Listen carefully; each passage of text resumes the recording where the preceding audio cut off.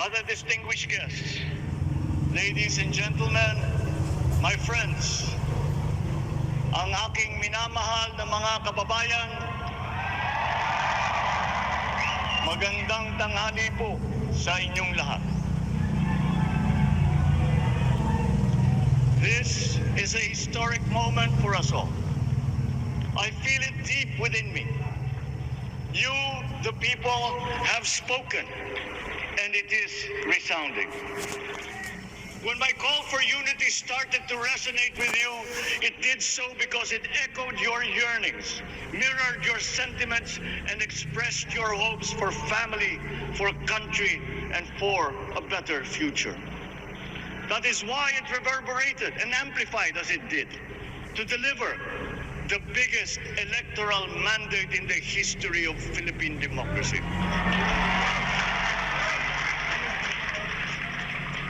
By your vote, you rejected the politics of division. I offended none of my rivals in this campaign. I listened instead to what they were saying, and I saw little incompatibility with my own ideas about jobs, fair wages, personal safety, and national strength, and ending want in a land of plenty. I believe that if we but focus on the work at hand and the work that will come to hand, we will go very far under my watch. You believe that too. At pinakinggan ko ang tinig ninyo na ang sinisigaw ay pagkakaisa, pagkakaisa, pagkakaisa. We will go farther together than against each other, pushing forward, not pulling each other back, out of fear, out of a misplaced sense of weakness. But we are the furthest from weak. The Filipino diaspora flourishes even in the most inhospitable climes, where they are valued for their quality.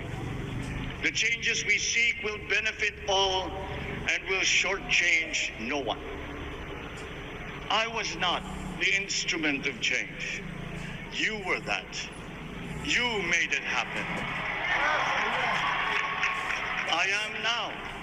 You picked me to be your servant, to enable changes to benefit all. I fully understand the gravity of the responsibility that you've put on my shoulders. I do not take it lightly, but I am ready for the task. I will need your help. I want to rely on it. But rest assured, I do not predicate success on the wide cooperation that's needed. I will get it done.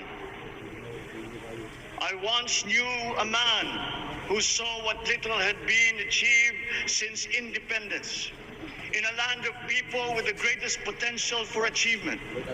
And yet, they were poor. But he got it done. Sometimes with the needed support, sometimes without. So will it be with his son.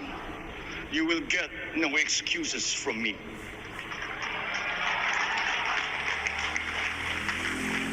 I am here not to talk about the past. I am here to tell you about our future. A future of sufficiency, even plenty, of readily available ways and means to get done what needs doing. By you, by me. We do not look back, but ahead. Up the road that we must take to a place better than the one we lost in the pandemic. Gains made and lost, opportunities missed, well-laid plans superseded by the pandemic. Indeed, ours was the fastest growing economy in ASEAN by ways now outdated. We shall be again by a radical change in the way the world must now in that fire and move on from there.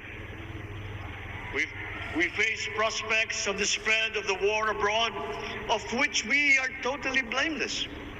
We seek friendship with all. But our countries like ours will bear the brunt of it.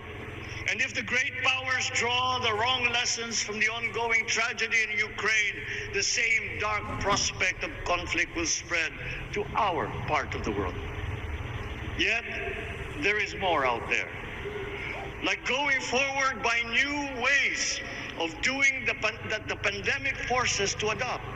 A stronger resilience, quicker adaptability. They are our best prevention. They are our best protection. Quiet reflection in a rough and tumble campaign of a breadth and intensity never experienced revealed some of them, such as a willingness to listen despite the noise, the hesitation to quarrel over differences, and to never, ever give up hope of reconciliation. These gave me the peace to ponder deeper. There are hints of a road not taken that could get us out of here quicker to something better, something less fragile. There is also what you, the people, did to cope. But this time empowered by new techniques and more resources. You got by, getting some of what you needed with a massive government help. And for this, I thank my predecessor for the courage of his hard decisions. But there is a way to put more means and choices in your hands. I trust the Filipino. Imagine how much more you'd achieve if government backstops instead of dictating your decisions. Always there to pick you up when you fall, giving what you need to get past a problem. Imagine if it invested in your self-empowerment to bring it closer to taking on whatever challenges come. Imagine a country that, in almost every sense, is you together. We did it in the pandemic. We will do it again. But again, I will not predicate my promise to you on your cooperation. You have your own lives to live, your work to do, and there too I will help.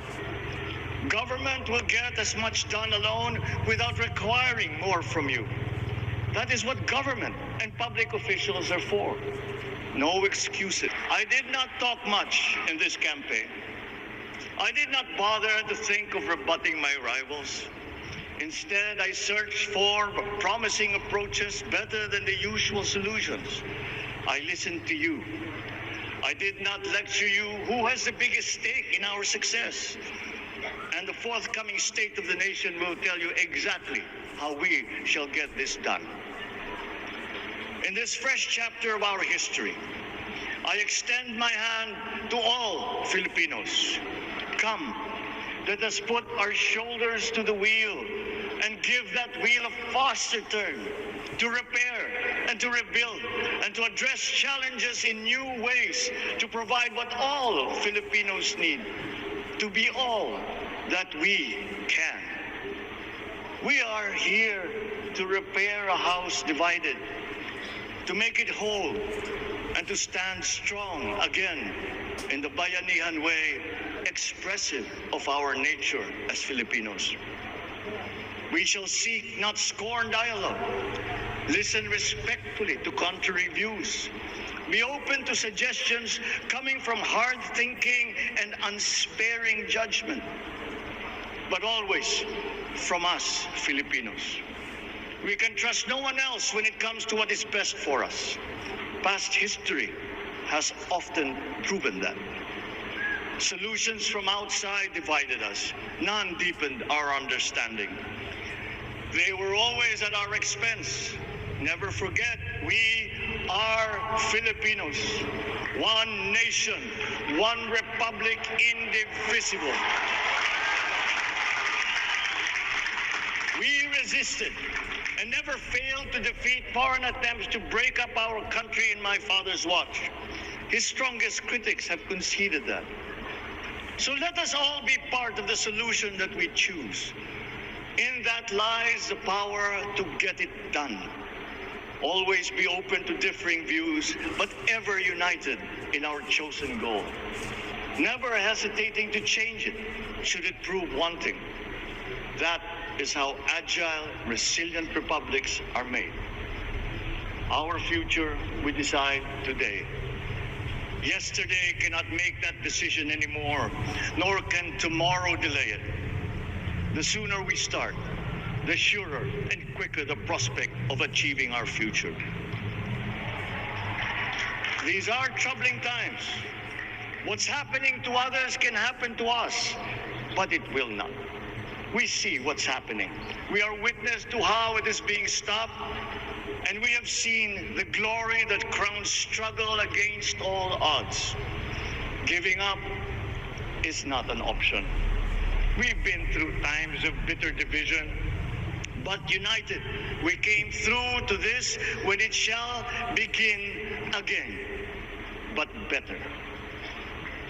The campaigns I've run have taken me here where I stand today. I listened to you, and this is what I have heard. We all want peace in our land. You and your children want a good chance at a better life in a safer, more prosperous country. All that is within reach of a hard-working, warm, and giving race. Your dreams are mine. Pangarap nyo ay pangarap ko. How can we make them come true? How can we do it together? But I will take it as far as anyone with the same faith and commitment can, as if it depended entirely on himself. Sa pangarap na maging mapayapa ang ating bansa, ang pangarap nyo ay pangarap ko. Sa pangarap na maging maunlad ang ating bansa, ang pangarap nyo ay pangarap ko. At sa pangarap na maging mas masinang ang kinabukasan natin at ng ating mga anak, ang pangarap nyo ay pangarap ko. We are presently drawing up a comprehensive, all-inclusive plan for economic transformation. We will build back better by doing things in the light of the experiences that we have had, both good and bad. It doesn't matter. No looking back in anger or nostalgia. In the road ahead, the immediate months will be rough, but I will walk that road with you. The pandemic ravaged bigger economies than ours. The virus is not the only thing to blame. What had been well built was torn down. We will build it back better. The role of agriculture cries for the urgent attention that its neglect and misdirection now demands. Food self-sufficiency has been the key promise of every administration. None but one delivered. There were inherent defects in the old ways and in recent ways too. The trade policy of competitive advantage made the case that when it comes to food sufficiency, a country should not produce, but import what other countries make more of and sell cheapest. Then came Ukraine. The most vulnerable when it comes to food are the countries furthest away from the conflict, those bearing no blame for provoking it. Yet they face the biggest risk of starvation. If financial aid is poured into them, though it never is, there is nothing to buy. Food is not just a trade commodity. Without it, people weaken and die. Societies come apart. It is more than a livelihood. It is an existential imperative and a moral one. An agriculture damaged and diminished by unfair competition will have a harder time, or will have no prospects at all of recovery. Food sufficiency must get the preferential treatment the richest free trade countries always gave their agricultural sectors. Their policy boils down to don't do as we do. Do what we tell you to. I am giving that policy the most serious thought if it doesn't change or make more allowances for emergencies with long-term effects. There is a parallel problem in our energy supply. Sufficient fossil fuel-free technology for whole economies has yet to be invented. And it is not seriously tried by rich countries. Again, consider the response of the richest countries to the war in Ukraine. But surely, a free world awash with oil can assure supplies.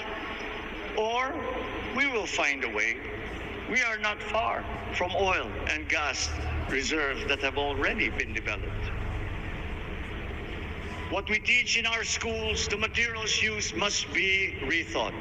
I am not talking about history. I am talking about the basics, the sciences, sharpening theoretical aptitude and imparting vocational skills, such as in the German example, alongside the national language with equal emphasis and facility in a global language, which we had and lost. Let us give OFWs all the advantages we can for them to survive and to thrive. Our teachers from elementary up are heroes fighting ignorance with poor paper weapons. We are condemning the future of our race to menial occupations abroad. Then they are exploited by traffickers. Once we had an education system that prepared coming generations for more and better jobs. There is hope for a comeback. Vice President and soon-to-be Secretary of Education, Sara Duterte Carpio, will fit that mission to a T.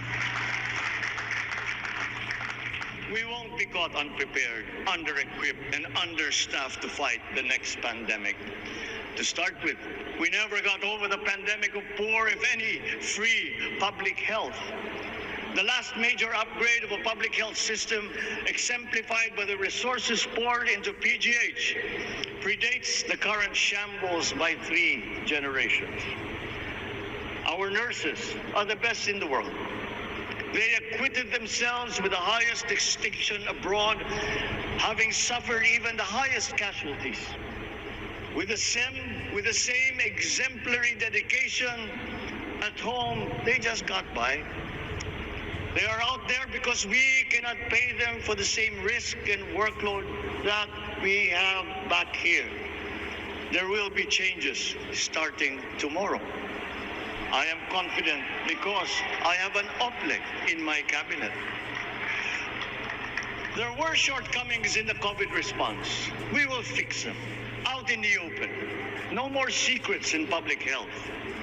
Remember, I speak from experience. I was among the first to get COVID. It was not a walk in the park. My father built more and better roads, produced more rice than all administrations before his. President Rodrigo Roa Duterte built more and better than all the administrations succeeding my father's. Much has been built, and so well, that the economic dogma of dispersing industry to develop the least likely places has been upturned. Development was brought to them. Investors are now setting up industries along the promising routes built. And yet, the potential of this country is not exhausted. Following these giant steps, we will continue to build. I will complete on schedule the projects that have been started. I'm not interested in taking credit. I want to build on success that's already happened.